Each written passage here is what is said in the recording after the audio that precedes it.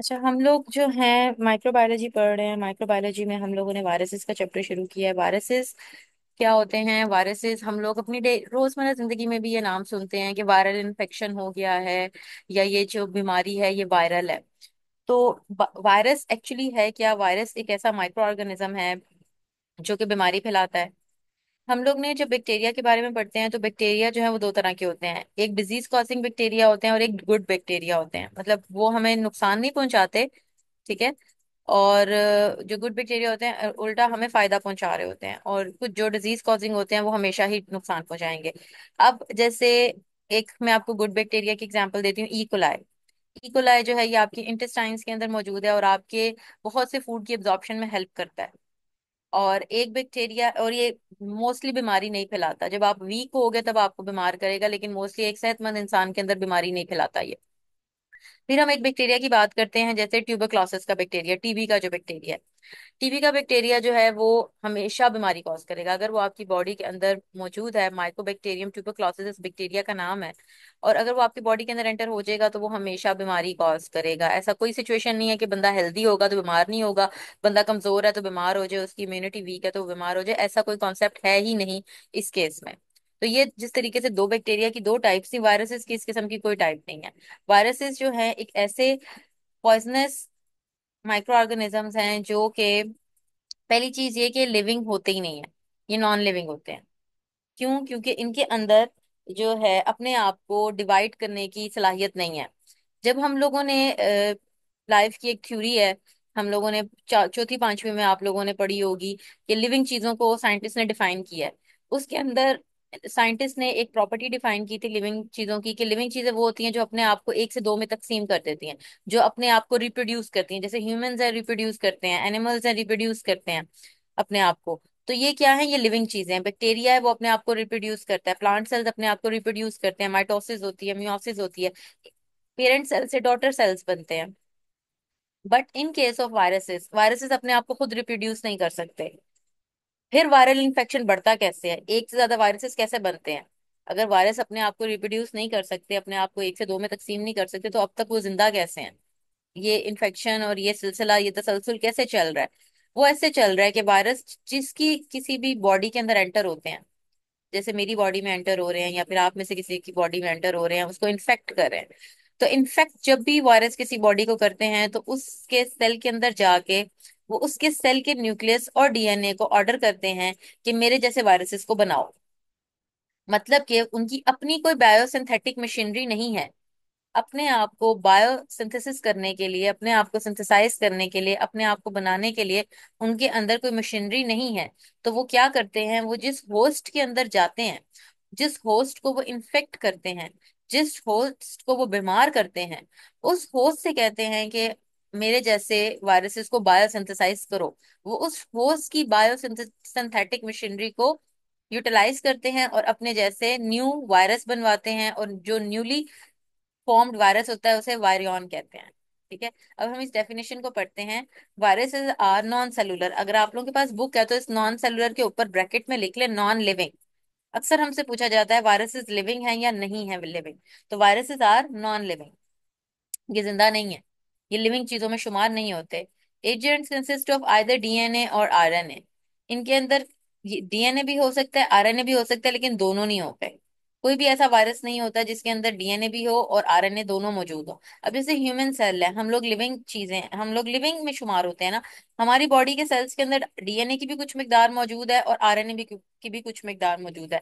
लेकिन in case of viruses which are non living, इनके अंदर या तो डीएनए मौजूद होगा तो इनको डीएनए वायरसेस कहेंगे, या इनके अंदर आरएनए मौजूद होगा तो इनको आरएनए वायरसेस कहेंगे। और आरएनए वायरसेस को रेट्रो वायरसेस भी कहा जाता है। आरएनए वायरसेस को रेट्रो वायरसेस भी कहा जाता है। अब आगे हम डेफिनेशन कर रहे थे, reproduce only in living cells. ये सिर्फ लिविंग सेल्स के अंदर रिप्रोड्यूस होते हैं, नॉन लिविंग सेल्स के ऊपर नहीं। जैसे बैक्टीरिया है, बैक्टीरिया को हम लोग लैब में भी ग्रो करवा सकते हैं। उसको हम लोग जो है एक प्लेट के अंदर, इस तरह का कल्चर मीडिया होता है, मैं आप लोगों को दिखाती हूँ। इस तरह का कल्चर मीडिया होता है, इसके अंदर हम लोग ग़िज़ाइयत डालते हैं और बैक्टीरिया इसके ऊपर ग्रो कर जाता है। वायरसेस को हम कल्चर मीडिया के अंदर ग्रो नहीं करवा सकते। वायरसेस को क्या है, हम लोग कल्चर मीडिया के अंदर ग्रो नहीं करवा सकते, ये सिर्फ और सिर्फ लिविंग चीजों के अंदर ग्रो करेंगे। तो reproduce only in living cells and use the biosynthetic machinery of the host cell to direct the synthesis of virion। ये खुद को रिप्रोड्यूस नहीं कर सकते, ये किसी भी होस्ट के अंदर जाके उसके सेल्स को कहेंगे कि उसकी बायोसिंथेटिक मशीनरी को यूज करते हुए अपने आप को ग्रो करवाएंगे। और सिंथेसिस ऑफ वायरियन मतलब न्यूली फॉर्म्ड वायरस को वायरियन कहते हैं। अब उसके अंदर क्या क्या मौजूद होगा, वो एक कंप्लीट वायरस होगा कंटेनिंग वायरल जीनोम। उसके अंदर जीनोम भी होगा। जीनोम क्या होता है, आरएनए या DNA, and transfer them to other cell. और जैसे ही वो सेल जिसके अंदर ये अपने आप को रिप्रोड्यूस करवा रहे हैं वो सेल फटेगा, उसके अंदर से न्यू वायरस निकलेंगे और साथ वाले सेल को इन्फेक्ट कर देंगे। दैट इज वाई जो बैक्टीरियल इन्फेक्शन है वो इतनी जल्दी नहीं फैलता, वायरल इन्फेक्शन बहुत जल्दी फैलता है। क्यों?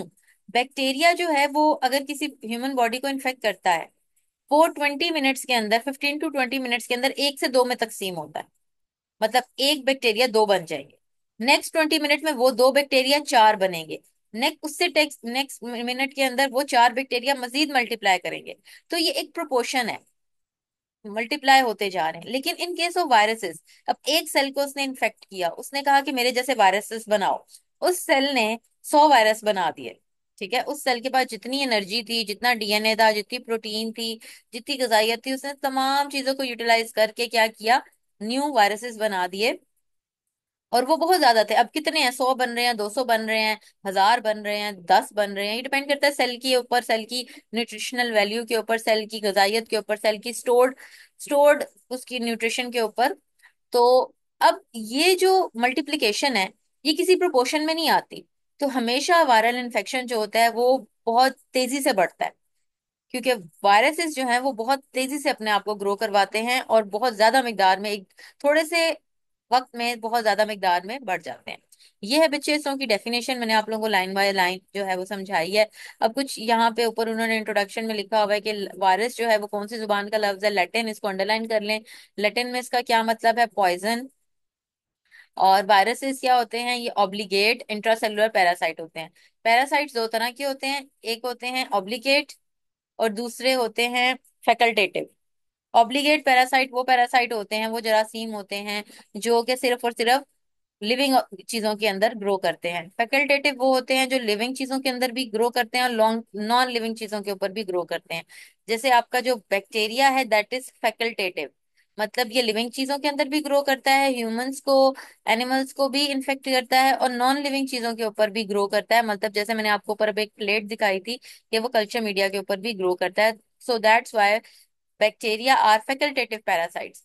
लेकिन in case of viruses, viruses are obligate intracellular parasites, मतलब ये कि ये सिर्फ और सिर्फ, which means that they only replicate only inside a living host cell. ये सिर्फ और सिर्फ किसी लिविंग सेल के अंदर ही रेप्लिकेट करते हैं, नॉन लिविंग सरफेस के ऊपर ये अपने आप को ग्रो नहीं करवा सकते। अच्छा, लिविंग सेल्स और वायरसेस का थोड़ा सा डिफरेंस लिखा होता है। स्ट्रक्चर जो है वो, लिविंग सेल जो होता है उसके अंदर सेल मेम्ब्रेन होती है, साइटोप्लाज्म होती है, यूकैरियोटिक होते हैं, प्रोकैरियोटिक होते हैं। वायरसेस के अंदर एक कोट होता है और एक कोर होता है। ये आप यहाँ पे लिख लें, it contains core, CORE, core.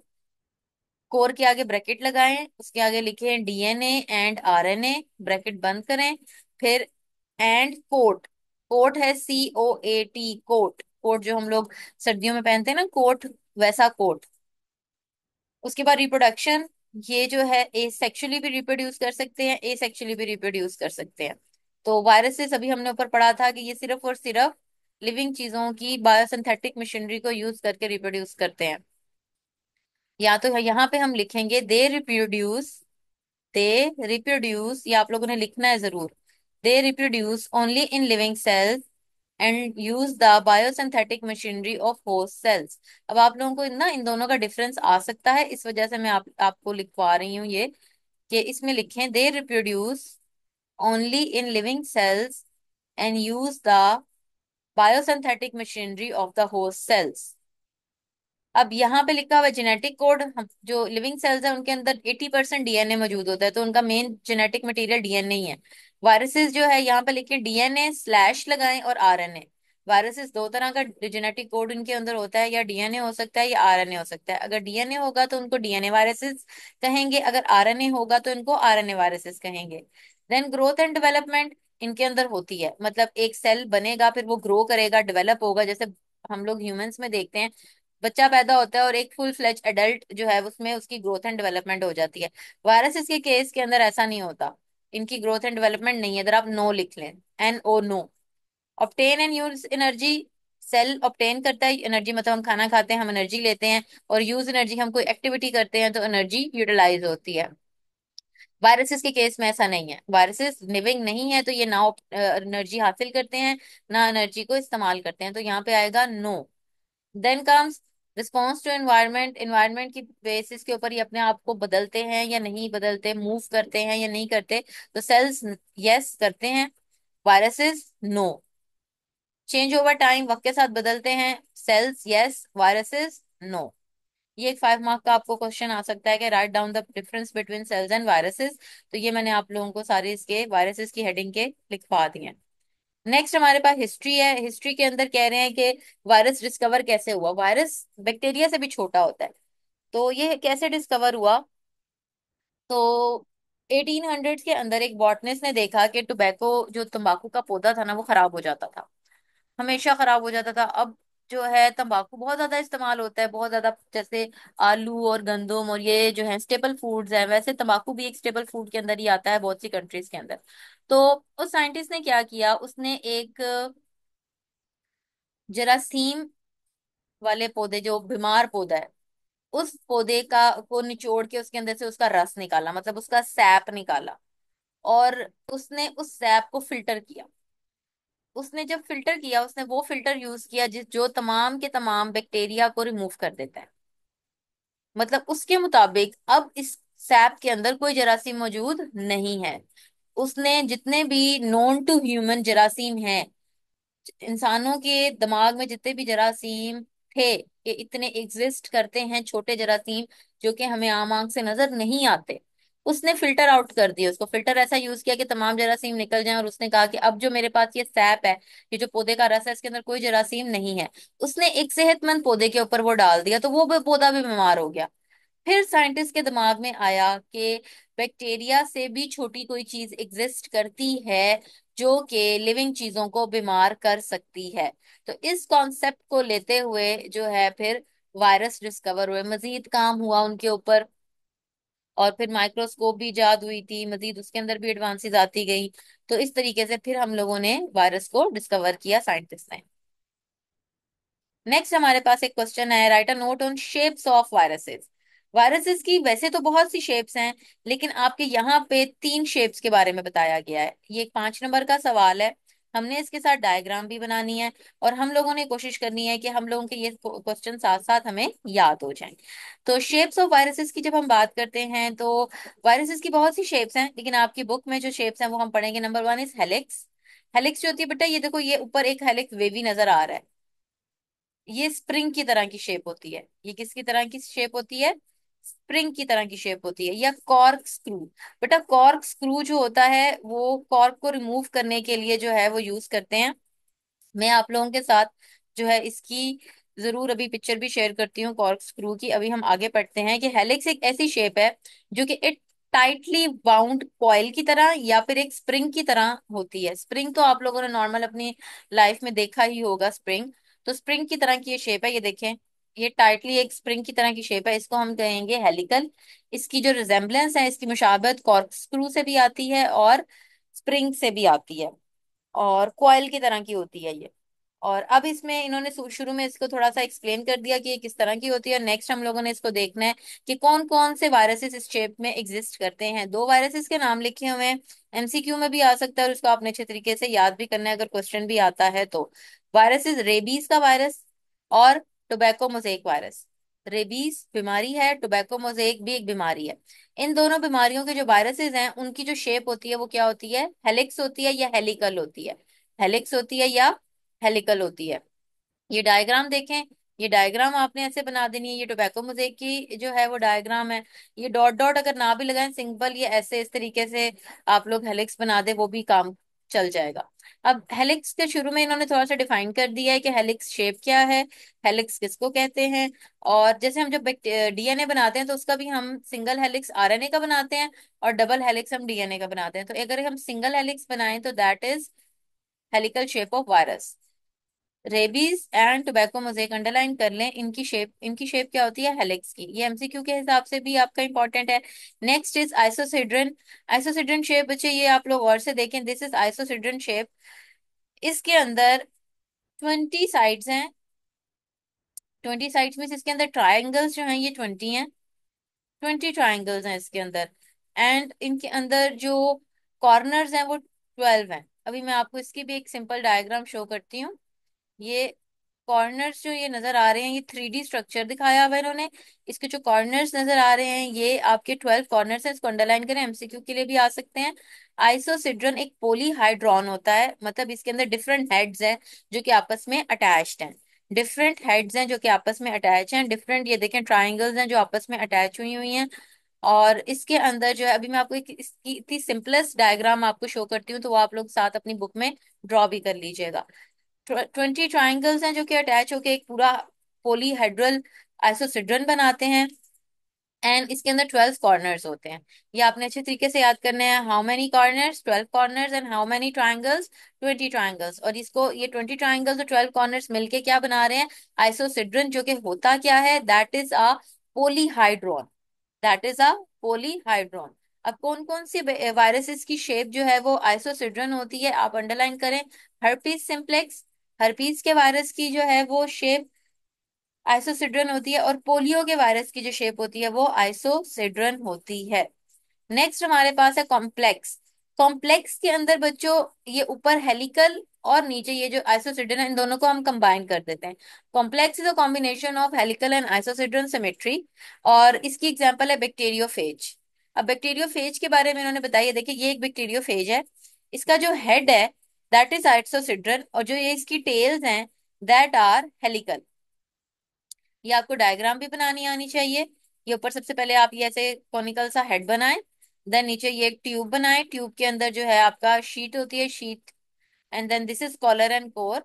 ये आपको डायग्राम, ये बहुत सिंपल डायग्राम है, ये आपको बनानी आनी चाहिए है। ये 9th 10th में हम लोगों ने साइंस में पढ़ी भी हुई है। ये नीचे एक प्लेट बनानी है और प्लेट के साथ आप लोगों ने अटैच कर देने हैं क्या, टेल फाइबर्स। टेल जो है उसकी हेलिकल सिमेट्री है और हेड जो है वो आइसोसिड्रन है।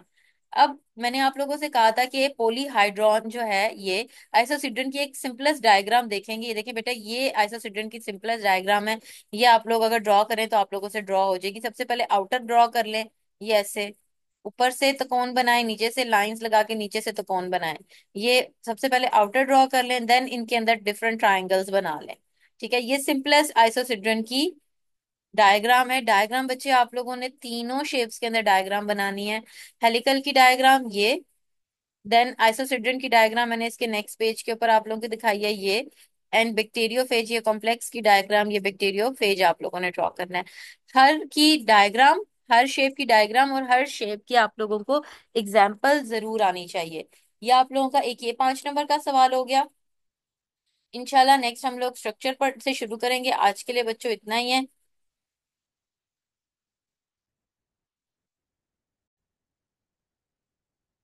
तो बच्चों ये देखो, ये कॉर्क स्क्रू है, ठीक है।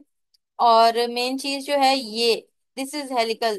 तो ये हेलिकल शेप के अंदर ना ये स्प्रिंग की तरह ये थोड़ा लूज करती है।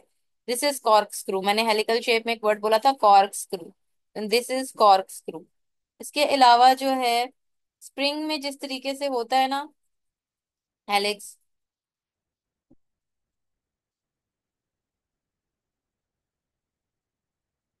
ये देखें, ये स्प्रिंग शेप जो होती है ये आप हेलिकल शेप में डायग्राम बना सकते हैं। This is spring. ये आपने हेलिकल शेप के अंदर डायग्राम बनानी है। ओके बच्चों, हेलिकल के अंदर यहाँ ये डायग्राम बना लेनी है आप लोगों ने। फिर मैंने आप लोगों को आइसोसिड्रन की जो बताई थी बुक में, ये वाली आइसोसिड्रन की आपने ये वाली बनानी है डायग्राम। सिंपलेस्ट डायग्राम है, इससे सिंपल आपको आइसोसिड्रन की डायग्राम नहीं मिलेगी। एंड लास्ट में ये बैक्टीरियोफेज की ये डायग्राम। तो ये तीनों डायग्राम जो हैं ये आप लोगों ने इस तरीके से बनानी है। मैंने आपको भी हेलिक्स की भी डायग्राम दिखा दी है और उसके अलावा कॉर्कस्क्रू की भी डायग्राम दिखा दी है। ये आप लोगों का बड़ा इंपॉर्टेंट क्वेश्चन है, इसको आपने अच्छे तरीके से याद करना है। बाकी इंशाल्लाह हम लोग नेक्स्ट लेक्चर के अंदर कवर करते हैं।